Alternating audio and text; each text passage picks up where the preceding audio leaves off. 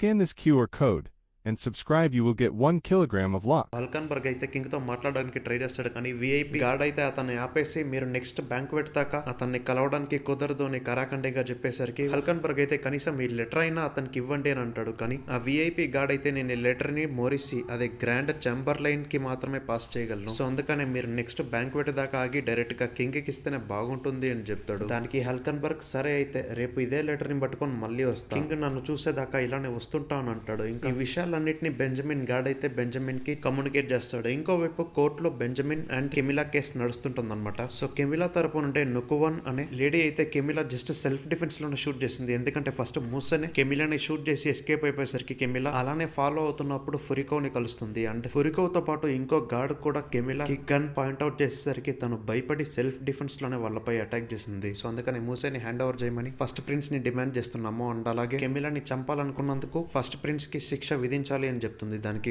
బల్సల్ Milko అయితే అమ్మ తల్లి తనేమి బెంజమిన్ పైన 1-2 బుల్లెట్స్ షూట్ చేయలేదు, చాలా బుల్లెట్స్ షూట్ చేసింది. అండ్ మేమేమి ముస్సేకి ఏమి ఆర్డర్స్ ఇవ్వలేదు అండ్ అతను మా దగ్గర లేడు కూడా అని అంటాడు. ఇంకా దానికి నూకోన్ అయితే మేము ఫస్ట్ ప్రిన్స్ క్వార్టర్స్ లో వెతకాలనుకుంటాం అంటుంది. ఇంకా బల్సల్ మిల్కో మేము సెకండ్ ప్రిన్స్ క్వార్టర్ లో వెతకాలనుకుంటున్నాం అని అంటాడు. దానికి జడ్జ్ అయిన క్లియోపాట్రా సరే రాయల్ ఆర్మీని ఇద్దరి క్వార్టర్స్ లో వెతకాలని ఆదేశిస్తున్నా. అంటే మూసేని కనిపెట్టేదాకా ఇద్దరి ప్రిన్సెస్ ని వివిఐపి ఏరియాలో పెట్టి సర్వేలెన్స్ చేయాలని కూడా ఆదేశిస్తున్నా. సో ఇంకా అంతే, court is urgent as of now అని అనేసరికి బెల్సల్ మిల్కోక్ అయితే ఈ జడ్జ్మెంట్ అంతగా నచ్చదు. దాని గురించే బెంజమిన్ కి చెప్తాడు. అంటే దానికి బెంజమిన్ నువ్వేం టెన్షన్ పడాల్సిన అవసరం లేదు, మూస్ ఎబిలిటీని వాడుకొని నేను కెమిలా ఏం చేసినా చెప్పినా వినగలను అని అంటాడు. ఇంకా ఇప్పుడు డే 3 టైం 10:05 AM. ఇంకా కురాపిక నేను టీచింగ్ చేసే టైం కి మియుహాన్ అనే అతను బాత్రూమ్ లో చచ్చి పడుంటాడు. అండ్ ఈ పని సైలెంట్ మెజారిటీ, కానీ ఈ విషయం కురాపిక వాళ్ళకి తెలియదు కదా. సో వాళ్ళైతే లైక్ ఏదైనా క్రియేచర్ గానీ ఏదైనా క్లూ గానీ దొరుకుతుందా అని ఎదుగుతారు, కానీ ఏది దొరకదు. అండ్ ఇక్కడ మెయిన్ ప్రాబ్లం ఏంటంటే ఈ మియుహాన్ నిన్ననే కురాపికతో గొడవ పడ్డాడు కదా. సో కురాపికని చంపేసింది అన్నట్లుగా పోర్ట్రే అవుతుంది కాబట్టి దీని గురించి ఏదో ఒకటి చేయాలని అంటాడు. ఇంకా అనుకున్నట్లుగానే మవర్ అండ్ సటోబి అయితే కురాపికనే బ్లేమ్ చేస్తారు, లైక్ నిన్న నేర్పించే వంకతో మమ్మల్ని ఒకరి తర్వాత ఒకరిని చంపుతున్నామని. సో ఇంక ఇలానే కంటిన్యూ అయితే ఇంకా చాలా మంది చేస్తారు కాబట్టి రాయల్ ఆర్మీని ఇన్వాల్వ్ చేయక తప్పదు. ఇంకెలాగో జడ్జికి కూడా సిచ్యువేషన్ అర్థమయ్యి మాకే సపోర్ట్ చేస్తారు అని అంటారు. దానికి కురాపిక వీళ్ళు చెప్పింది లాజికల్ గానే ఉంది, ఎలాగో చాలా మంది దీన్ని చూశారు అండ్ రాయల్ ఆర్మీ గానీ ఇన్వాల్వ్ అయితే మేము క్వీన్ అండ్ ప్రిన్స్ ని కాపాడలేము, సో అందుకనే రాయల్ ఆర్మీని ఇన్వాల్వ్ చేయకూడదు అండ్ ఈ క్లాసెస్ ని కంటిన్యూ చేయాలని అనుకుంటుంటాడు. ఇంకా అప్పుడు బెలరింటా అయితే నిన్న చనిపోయిండే వాళ్ళు అండ్ ఇవాళ చనిపోయిండే వాళ్ళు కాస్త కేర్లెస్ గా ఉండిండొచ్చు, ఇంకెలాగో ఈ క్లాస్ కూడా కొన్ని గంటలు మాత్రమే మిగిలింది కాబట్టి నేర్చుకొని సైలెంట్ గా మన రూమ్స్ కి వెళ్ళిపోతే అదే బెటర్. అండ్ అలాగే అంతా ఎలాగో గ్రూప్స్ గా డివైడ్ అవుతారు కాబట్టి ఒకరినొకరు చూసుకోండి, అప్పుడు ఇలాంటి అటాక్స్ జరగకపోవచ్చు అని అంటారు. కానీ మోవర్ అయితే నేను ఇలాంటి హంటర్స్ ని నమ్మను, ఈ సక్సెషన్ బ్యాటిల్ ద్వారా మీరు ఇంకా కాకిన్ వాళ్ళకి దగ్గర అవుతున్నట్లు చాలా రూమర్స్ ఉన్నాయి అండ్ ఈవెన్ మంచి పొజిషన్ ని కూడా గెయిన్ చేద్దాం అనుకుంటున్నారు అని అనేసరికి బెలరింటే అవంతా జస్ట్ బేస్లెస్ రూమర్సే, మేము మిషన్ ని కంప్లీట్ చేయడానికి ఇక్కడికి వచ్చాము అండ్ అలానే మీరు కానీ ఇక్కడ ఉంటే మిగతా ప్రిన్సెస్ గురించి కూడా తెలుసుకోవచ్చు అండ్ అలానే ఈ నెన్నెబిలిటీ కూడా నేర్చుకోవచ్చు. సో అయినా ఇంత చెప్పినా కానీ మీరు వినకపోతే మీరు మాత్రం సైలెంట్ గా వెళ్ళిపోండి, వేరే వాళ్ళని కెలక్కండి. అండ్ రాయల్ ఆర్మీ వాళ్ళు జస్ట్ బాడీస్ ని కలెక్ట్ చేసుకోవడానికి ఇక్కడికి రావాలి. అండ్ ఇన్ కేస్ మీరు కానీ క్వీన్ ఓయిటో అండ్ వాళ్ళ గార్డ్స్ పైన ఇది మొత్తం దొబ్బేద్దాం అనుకుంటే గుర్తుపెట్టుకోండి, ఆ మర్డర్స్ జరిగేటప్పుడు మీరు కూడా ఇక్కడే ఉన్నారు, సో మీరు కూడా దోషులే అవుతారు, కావాలంటే వాళ్ళు మిమ్మల్ని కూడా ఇరికించచ్చు. సో అందుకనే చెప్తున్నా ఇక్కడ ఉండి నేనే నేర్చుకుంటేనే బెటర్. అండ్ ఈవెన్ మీరంతా వదిలి వెళ్ళిపోతే ఆ కల్ప్రిట్ ఎవడో తెలియదు, వాటిని అస్సలు పట్టుకోలేము కూడా, సో అందుకనే ఆలోచించి మంచి డిసిషన్ తీసుకోండి అని అంటాడు. ఇంకా తర్వాత కురాపిక బెలరింటోని సపరేట్ గా ఒక చోటుకి తీసుకెళ్లి ఇప్పుడు మనం క్లాసెస్ ని కంటిన్యూ చేయొచ్చు, సహాయం చేసినందుకు థ్యాంక్ యూ అని అంటాడు. దానికి బెలరింట్ నీ నుంచి కూడా నాకు సహాయం కావాలి, నేను బిల్ ని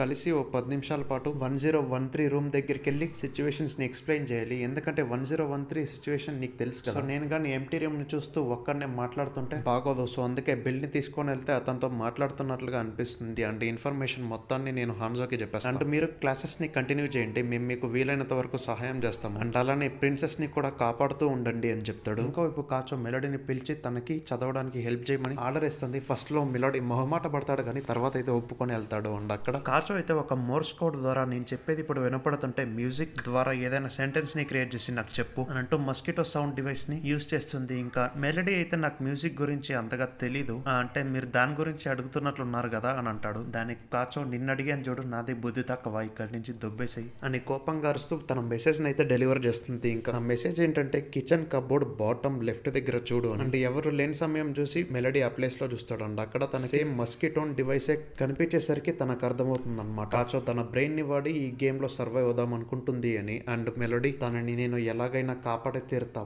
ప్రామిస్ అన్నట్లుగా అనుకుంటాడు. ఇంకోవైపు జాంగ్లీ ఈ రోజు కూడా ఇంకో కాయిన్ దొరుకుతుంది. సో తనకి తన ఎన్బీస్ నుంచే ఈ కాయిన్స్ వస్తున్నాయన్న విషయం అర్థమవుతుంది. ఇంకా అప్పుడే కాన్విటో బాయ్ మోస్ట్లీ ఈ కాయిన్ ఉండే వాళ్ళకి సూపర్ న్యాచురల్ ఎబిలిటీ ఏదైనా రావచ్చు, కానీ దానికి గాను ఏదైనా కండిషన్స్ ని ఫుల్ఫిల్ చేయాల్సి వస్తుంది. అండ్ ఇంతకీ ఆ కండిషన్స్ ఏంటి, ఆ అబిలిటీస్ ఏంటో తెలీదు అని అంటాడు. ఇంట్రెస్టింగ్. ఇంకా నెక్స్ట్ డే లేట్ నైట్ ఫోగెట్స్ అయితే మళ్ళీ ఆ డోర్ ని చూసి ఆనందపడుతుంది అనమాట. అండ్ తనకి ఇది యాక్చువల్లీ మ్యాజిక్ అనుకుంటుంది, కానీ అది నిన్న అని తనకి తెలీదు. అండ్ ఈ డోర్ యాక్చువల్లీ వన్ డే కి ఒకసారి మాత్రమే ఓపెన్ అవుతుంది. అండ్ ఛాన్స్ కానీ దొరికితే నేను కాచో ఈ షిప్ నుంచి ఎస్కేప్ అయిపోతాము, కానీ ఎప్పుడు చూసినా గార్డ్స్ కాచో చుట్టుముట్టే ఉంటారు. సో అదే ప్రాబ్లం. కానీ నిజంగా డోర్ రావడానికి వన్ డే టైం పడుతుందా అనేది తెలుసుకోవాలి. అంటే ఎంత దూరం ట్రావెల్ చేయగలను, ఎంత మందితో ట్రావెల్ చేయగలను, అండ్ వన్స్ లోపలికి వెళ్ళాక డెస్టినేషన్ చేంజ్ చేయగలనా లేదా అది కూడా తెలుసుకోవాలి. అలా అని చెప్పి టైం అయితే వేస్ట్ చేయలేను కదా. సో బాగా ఆలోచించి నిర్ణయం తీసుకోవాలి. సో అందుకనే ఫస్ట్ లోపలికి వెళ్ళేదానికంటే ముందు ఎగ్జిట్ ని ఇదే రూమ్ లో పెట్టాలి అని అనుకొని ట్రై చేస్తుంది, కానీ డోర్ అయితే కనపడదు. సో ఇది ఇంతకీ వన్ వేనా లేదా నేను లోపలికి వెళ్ళాక డెస్టినేషన్ ని చూస్ చేసుకోవచ్చా, నేను ఎలాగైనా కాచోని కాపాడే తీరాలి అని అనుకొని తన రీసెర్చ్ అయితే మొదలెడుతుంది. ఇంకోవైపు డాంజిన్ అయితే సెరెండేజ్ దగ్గరికి వెళ్ళి మియోన్ డెత్ గురించి చెప్తాడు. అండ్ సెరెండేజ్ తీటా దగ్గర నుంచి నేను నేర్చుకుంటుంటాడు. ఇంకా డాంజిన్ అక్కడికి వెళ్తే గానీ ఆ అసాసిన్ గురించి తెలుసుకోలేము, ఈవెన్ మిగతా ఇన్ఫర్మేషన్ కూడా తెలుసుకోవచ్చు. అండ్ అదే కాకుండా నేను ఎలాగో 2 weeks లోనే నేర్పిస్తాడని చెప్పాడు కదా. సో కంటిన్యూ చేస్తేనే బెటర్. అండ్ కురాపిక ఏమి అబద్ధం చెప్పలేదు. సో నాకు తెలిసి హంటర్ అసోసియేషన్ గోలే మా అందరినీ ఆ కాంటినెంట్ కి ఎస్కాట్ చేయడం అంతే అనుకుంటా అండి. ఎవరు చనిపోకోకుండా వాళ్ళు చూసుకోవాలి. సో అది కూడా వాళ్ళు గోలే, అందుకనే అనుకుంటా వాళ్ళు నిన్నని కూడా నేర్పిస్తున్నారు అని అంటాడు. కానీ సిరెండేజ్ కి అయితే ఇక్కడ ఒక అనుమానం వస్తుంది. అదేంటంటే ఆ కురాపిక ఒక మ్యానిపులేటర్ అయ్యిండొచ్చు. అండ్ తను నిన్నని నేర్పిస్తే గానీ తన ఎబిలిటీని యాక్టివేట్ చేయలేకపోవచ్చు. అండ్ నువ్వు ఇంకా ఇలానే లాస్ట్ డే దాకా నెన్ క్లాస్ కి వెళ్తుంటే నువ్వు వాళ్ళ చేత మ్యానిపులేట్ కావట్లేదని నాకు ప్రూవ్ చేయాలి అన్నట్లుగా చెప్తాడు. ఇంకా తీటా అయితే సిరెండేజ్ నెన్ ఎబిలిటీని ఇంత ఫాస్ట్ గా నేర్చుకోవడం చూసి షాక్ అవుతుంది. And even one of the important skills లో తీటాని కూడా తను బీట్ చేయగలడు అనమాట. అండ్ అలానే ఈ గార్డియన్ స్పిరిట్ బీస్ట్ నాకు గాయమయ్యేలాగా చేసింది. అంటే మోస్ట్లీ దీని ఎబిలిటీస్ ని యాక్టివేట్ చేసేందుకు అలా చేయాలనుకుంటా. అండ్ నాకు తెలిసి ఇలా గాయపడిచినంత వల్ల ఇన్ కేస్ తీట గాని అబద్ధం చెప్తే సిరెండేజ్ కి తెలిసిపోతుంది అనుకుంటా. సో ఇంకా 11 రోజుల్లో తనకి జెట్స్ నేర్పించచ్చు అని తీట అనుకుంటుంది. అండ్ ఇంకా సిరెండేజ్ అయితే వాటర్ డివినేషన్ టెస్ట్ ని చేద్దామని అంటాడు. కానీ తీట అయినా దానికి ఇంకా చాలా టైం ఉందిలేండి, మీ మైండ్ కూడా ప్రిపేర్ అవ్వాలి అని అంటుంది. కానీ సిరెండేజ్ ట్రై చేద్దాం అని అంటాడు. దానికి తీట అయినా ఇతని ఎబిలిటీ కంప్లీట్ గా తెలుసుకుంటే కౌంటర్ ప్లాన్ ఏదైనా వేయచ్చు అని అనుకొని ఒప్పుకుంటుంది. అండ్ ఆ టెస్ట్ కోసం అని గ్లాస్ లో కొన్ని నీళ్లు తీసుకొస్తారు. అండ్ సిరెండేజ్ అయితే ఆ గ్లాస్ లో ఉండే వాటర్ ని ఫుల్ గా వేడి చేసి అండ్ తను చాలా దారుణంగా స్మెల్ వచ్చేలాగా కూడా చేస్తాడు. అండ్ దీని ద్వారా అర్థమయ్యే విషయం ఏంటంటే సిరెండేజ్ ఒక స్పెషలిస్ట్ అని. అండ్ తను ఎంత చెడ్డోడో దీన్ని బట్టి కూడా అర్థం చేసుకోవచ్చు. సో అందుకే తీటా కూడా అంత టెన్షన్ పడుతుంది. అండ్ స్పెషలిస్ట్ అంటే ఏంటంటే నెన్ లో ఉండే కేటగిరీస్ అన్ని తెలుసు.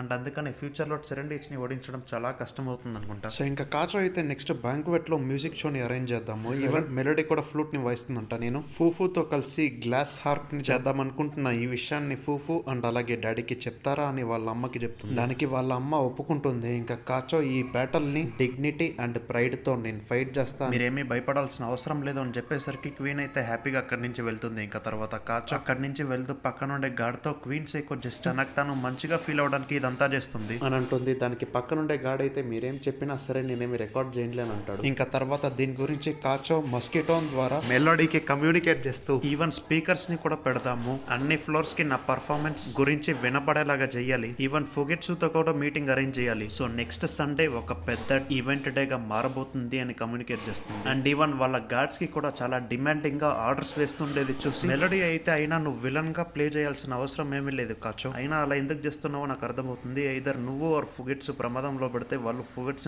చూస్ చేసుకోవాలని నువ్వు అనుకుంటున్నావు. అంటే నేనైతే మీరిద్దరు ఈ షిప్ నుంచి ఎస్కేప్ అయిపోతే బెటర్ అని అనుకుంటున్నా. ఇంకా అప్పుడే 10th ప్రిన్స్ కాచోస్ గార్డ్ అండ్ అసోసియేషన్ మెంబర్ అయిన కీని మెలోడీ దగ్గరికి వచ్చి మీకు విషయం చెప్పాలి. ఇంతకు ముందు ఎవరో నెన్ ఎబిలిటీని వాడుకొని కాచో ముందు అపేర్ అయ్యారు. ఏదో మ్యాన్ హోల్ ని ఓపెన్ చేసి తలని బయటకు పెట్టినట్లుగా అనిపించింది. అండ్ నేను ఎన్నని వాడినా గానీ అది ఎవరో కనిపెట్టలేకపోయా. అండ్ వాళ్ళు జస్ట్ కొన్ని సెకండ్స్ మాత్రమే ఉండి వెళ్ళిపోయారు అని అంటాడు. దానికి మెలోడీ అయితే మోస్ట్లీ 11th ప్రిన్స్ అయిన ఫుగెట్సో ఉండొచ్చు అని చెప్తుంది. దానికి నేను కూడా అదే అనుకుంటున్నా. ఇలాంటి ట్రాన్స్పోర్టేషన్ ఎబిలిటీ ఏదైనా వర్స్ట్ సిచ్యువేషన్స్ లో వాడుకోవచ్చు, కానీ వాళ్ళ దగ్గర కాంబాట్ ఎబిలిటీ లేదని తెలిస్తే నెక్స్ట్ టార్గెట్ గా వాళ్ళే మారి మారే ఛాన్స్ ఉంది. సో అందుకనే చెప్తున్నాం మెలడీ ఇలాంటి విషయాల్ని గమనించాలి అండ్ ఓ మంచి ప్లాన్ కూడా వేయాలి. ఇక్కడ చాలా స్ట్రెస్ తో ఉండాల్సి వస్తుంది. నా ఎన్ను కూడా ఎగ్జాస్ట్ అయిపోయింది. ఇంకా మెలోడీ అయితే సరే అలాగా చేస్తా అని చెప్పి సో ప్రెసెంట్ కాచో తెలివిని కూడా వాడుకోవచ్చు, నా అబిలిటీస్ ని కూడా వాడుకోవచ్చు, ఈవెన్ ఫుగిట్స్ ఎబిలిటీని కూడా వాడుకోవచ్చు. కానీ ఇక్కడ మెయిన్ ప్రాబ్లం ఏంటంటే కాచో గార్డియన్ స్పిరిట్ బీస్ట్ ని కనీసం ఒక్కసారి కూడా చూడలేదు. సో దాన్ని బట్టి ఆ గార్డియన్ స్పిరిట్ బీస్ట్ మనకి హెల్ప్ అవుతుందా లేదంటే దాని వలన కూడా ప్రాబ్లమ్స్ క్రియేట్ అవుతాయా అనే దాన్ని బట్టి ఓ ప్లాన్ అయ్యాల్సి వస్తుంది అని అనుకుంటుంది. ఇంకోవైపు సెంట్రల్ డైలింగ్ హాల్లో ఫ్యాంటమ్ ట్రూప్ వాళ్ళంతా ఒక చోటుకి చేరుతారు అండ్ వాళ్ళు హిసోకా గురించి మాట్లాడుకుంటారు. ఈ టైర్ 5 లో అంతా వెతికాం కానీ హిసోకాని అసలు కనిపెట్టలేకపోయాము. ఈవెన్ తన ఫిజిక్ ని బట్టి కూడా వెతికాము, అయినా కూడా దొరకలేదు. అండ్ టైర్ 3 నుంచి టైర్ 5 దాకా మాఫియా వాళ్ళు కంట్రోల్ చేస్తారు. టైర్ 3 నేమో హెయిల్ వాళ్ళు, టైర్ 4 నేమో జియు వాళ్ళు అండ్ టైర్ 5 నేమో చార్ ఫ్యామిలీ వాళ్ళు. అండ్ వీళ్ళంతా ప్యాసెంజర్స్ ని బాగా ఇబ్బంది పెడుతున్నారు. ఈవెన్ ఇక్కడ చాలా హ్యూమన్ ఎక్స్పెరిమెంట్స్ కూడా జరుగుతున్నాయి, ఆర్గన్ డొనేషన్స్ కూడా జరుగుతున్నాయి అని మాట్లాడుకుంటారు. ఇంకా తర్వాత క్రోలో వాళ్ళ గ్రూప్ కి కొత్తగా వచ్చిండే ఇలూమిని ఇంట్రడ్యూస్ చేసుకోమని, ఈవెన్ హిసోకా గురించి ఏదైనా తెలిసినా చెప్పమని అడుగుతాడు. కానీ ఇలూమి అయితే హిసోకా గురించి నాకు ప్రస్తుతానికి ఏమీ తెలియదు, నేను జోల్డియాక్స్ కి పెద్ద కొడుకుని, కీలువా అండ్ కొలోటో నా తమ్ముళ్ళు, అండ్ హిసోకా నన్ను ఈ గ్రూప్ లో జాయిన్ కమ్మని చెప్పాడు. అండ్ ఇంతకు ముందు మా ఇద్దరికి గివ్ అండ్ టేక్ రిలేషన్షిప్ ఉన్నందువల్ల చివరికి మమ్మల్ని మేమే చంపుకునే సిచ్యువేషన్ కూడా వస్తుందని తెలుసు. అండ్ హిసోకా తనని చంపమని తానే రిక్వెస్ట్ చేసుకున్నాడు. అండ్ దీనికి గాను నేను సక్సెస్ అయితే నాకు రివార్డ్ కూడా ఉంటుంది. ఎస్, మీరు విన్నది కరెక్టే, హిసోకాని చంపడానికి తనకి తానే కాంట్రాక్ట్ ఇచ్చుకున్నాడు. ఇంతకీ ఆ మెంటలోడు ఏం ప్లాన్ చేశాడో ఏంటో తర్వాత తెలుస్తుందిలేండి. సో ఇంకా వాళ్ళు అలా మాట్లాడుకుంటున్నాక చారా ఫ్యామిలీ నుంచి కొంతమంది వచ్చి ఈ టేబుల్ మాది, ఇక్కడి నుంచి కదలండి అని చెప్తారు. కానీ క్రోలో అయితే మేము కదలము, మీరే వేరే చోట చూసుకోండి అని అంటాడు. ఇంకా అప్పుడే చార్ ఫ్యామిలీలో ఒక అతను గందీపోతాడు. దానికి ఆ లీడర్ అయితే వద్దు అని సిగ్నల్ ఇచ్చి, మీరంతా ఫ్యాంటమ్ ట్రూప్ కదా, మీరు యార్క్ న్యూ సిటీలో చేసింటే పెంట్ అంతా భలే ఉండే, కానీ దానివల్ల మాకు ఇంపాక్ట్ జరిగింది. ఐ మీన్ మంచిదే అనుకోండి, మేము చాలా సింపుల్ గా కొత్త కాంటినెంట్ కి చేరుకోవడానికి రైట్స్ అయితే దొరికాయి. సో అందుకనే మీరంటే మాకు రెస్పెక్ట్ ఉంది, మేము కూడా ఫైట్ చేయాలనుకోవట్లేదు, దయచేసి వేరే చోట చూసుకోండి, కావాలంటే మీకు మేము సహాయం కూడా చేస్తాము అని చెప్తాడు. అండ్ అప్పుడే క్రోలో వాళ్ళంతా పైకి లేస్తారంట. క్రోలో ఏమో మేము హిసోకాని వెతుకుతున్నాము, అతను టాప్ ప్రయారిటీ అని చెప్పి డీటెయిల్స్ మొత్తం చెప్తాడు. దానికి ఆ లీడర్, మేము రాయల్ ఆర్మీ ప్యాసింజర్ లిస్ట్ లో అయితే చెక్ చేస్తాం, కానీ అలాగానే అన్అఫిషియల్ ప్యాసింజర్స్ కూడా వచ్చిండొచ్చు, సో ఎక్కువ ఎక్స్పెక్ట్ చేయకండి. అండ్ టైర్ 3 అండ్ టైర్ 4 కి వెళ్ళాలంటే టికెట్స్ కావాలి. దానికి అఫీషియల్ గా అయితే రాయల్ ఆర్మీ వాళ్ళు మేనేజ్ చేస్తారు, కానీ అన్అఫిషియల్ గా మాఫియా వాళ్ళు కూడా కొంచెం వరకు హ్యాండిల్ చేస్తారు. సో మీరు కానీ మాతో జాయిన్ అయితే మీకు ఫ్రీ పాసెస్ ఇప్పిస్తాము అని అంటాడు. కానీ క్రోలో అయితే ఓ అలాగా, బట్ నో థ్యాంక్స్, మేము టైర్ 1 కి చేరుకోవాలనుకుంటున్నాము, ఎలా వెళ్ళాలో తెలుసా అని అడుగుతాడు. కానీ ఆ లీడర్ అయితే అనవసరంగా మీ లక్ ని పుష్ చేసుకోకండి, ఇక్కడి నుంచి వెళ్ళిపోండి అని అనేసరికి క్రోలో వాళ్ళంతా అక్కడి నుంచి నవ్వుతూ వెళ్తారు. ఇంకా అప్పుడే ఆ లీడర్ అయితే సన్బిన్ అనే అతనికి ఆ గ్రూప్ గురించి ఒపీనియన్ అడుగుతాడు. అండ్ దానికి సన్బిన్, వాళ్ళు మామూలు కాదు, వాళ్ళని చూస్తేనే తెలిసిపోతుంది, ఈవెన్ వాళ్ళు నిన్నను కూడా హైడ్ చేయట్లేదు, అండ్ వాళ్ళు కానీ పైకి చేరుకుంటే గ్యారంటీగా బ్లడ్ షెడ్ జరుగుతుంది అని అంటాడు. నాకు తెలిసి మోస్ట్లీ సన్బిన్ మాత్రమే ఈ గ్రూప్ లో నిన్నని యూజ్ చేయగలడు అనుకుంటా. దానికి ఆ లీడర్ అయితే వీళ్ళని ఆపాలన్నమాట. అండ్ అలానే యంగ్ లీడర్ కి కూడా వీళ్ళ గురించి చెప్పు అని అంటాడు. సో ఇంకోవైపు ఫింగ్స్ అయితే ఇందాక ఆ లీడర్ అలా మాట్లాడాలంటే గ్యారంటీగా ఫస్ట్ టైర్ లో ట్రెజర్ ఉండింటుంది అని అంటాడు. ఇంకా అప్పుడు క్రోలో వాటి గురించి అంతా తర్వాత చూసుకుందాము, ఫస్ట్ హిసోకాని కనిపెట్టాలి. ఇప్పుడు ఎలాగో మనమంతా ఇన్ఫర్మేషన్ షేర్ చేసుకున్నాం కాబట్టి మీ వేస్ లో ఈ ప్రాబ్లమ్ ని డీల్ చేయండి. నేను పార్టీ చేద్దాం అనుకుంటున్నా, కానీ కేక్ అండ్ దానికోసమైన స్పెషల్ ఆర్డర్ పెట్టి వన్స్ వచ్చాక అదే టేబుల్ పైన వెళ్ళి కూర్చుందాం అని అంటాడు. యాక్చువల్ గా సింపుల్ గా చెప్పాలంటే హిసోకా తలని తీసుకురమ్మని చెప్తాడు అంతే. అండ్ ఇంకా తర్వాత గ్రూప్ అంతా డివైడ్ అయిపోయి వాళ్ళ మార్గాల్లో వెళ్తారు. ఇంకా క్రోలో అలా వెళ్తుండగా షిజుకు అండ్ బొనెలను టీమ్ అప్ అవుదామా అని అడుగుతారు. దానికి క్రోలో అయితే సరే ఓకే, కానీ ఒక కండిషన్ ఏంటంటే అతన్ని నేనే చంపుతాను అంటాడు. అండ్ షిజుకి దానికి ఒప్పుకుంటుంది, ఎందుకంటే తను అండ్ తన పక్కన ఉండే మమ్మీ ఇద్దరు చేరినా గానీ హిసోకాని ఓడించలేరు అని అంటారు. ఇంకా క్రోలో అయితే హిసోకాని నేను చూడంగానే అటాక్ చేస్తాను, ఇంతకీ మీ ప్లాన్స్ ఏంటి అని అడిగేసరికి షిజుకు అయితే నేను వేషాన్ని మార్చుకొని హిసోకాని వెతుకుతాను అని చెప్తుంది. ఇంకా మమ్మీ మ్యాన్ అయితే నేను ట్రాన్స్ఫార్మ్ అవ్వగలను, కానీ ఈ ప్లానింగ్ తొక్క తోటకరంటే నాకు తెలియదు అని అంటాడు. దానికి క్రోలో సర్లే ఏదో ఒకటి తగలడు అని అంటాడు. ఇంకా షిజుకు నువ్వు కూడా మాకు హెల్ప్ చేయాలి, మాకు మా ఫార్చ్యూన్స్ చెప్పాలి అని అడుగుతుంది. కానీ క్రోలో అయితే నేను చేయలేను, ఎందుకంటే ఆ అబిలిటీ నా బుక్ నుంచి మాయమైపోయింది అని అంటాడు. దానికి షిజుకు ఓహో నీ బుక్ ఏమైనా డెత్ నోట్ లాగా అని అంటుంది. సో ఫార్చ్యూన్ ఎబిలిటీ మాయమైపోయిందంటే మోస్ట్లీ నియాన్ చనిపోయి ఉండొచ్చు, ఆర్ తను అబద్ధం చెప్తుండొచ్చు. సో మళ్ళీ నెక్స్ట్ చాప్టర్స్ లో కలుద్దాం. అంతవరకు tata, bye, see ya, love you 1000 times.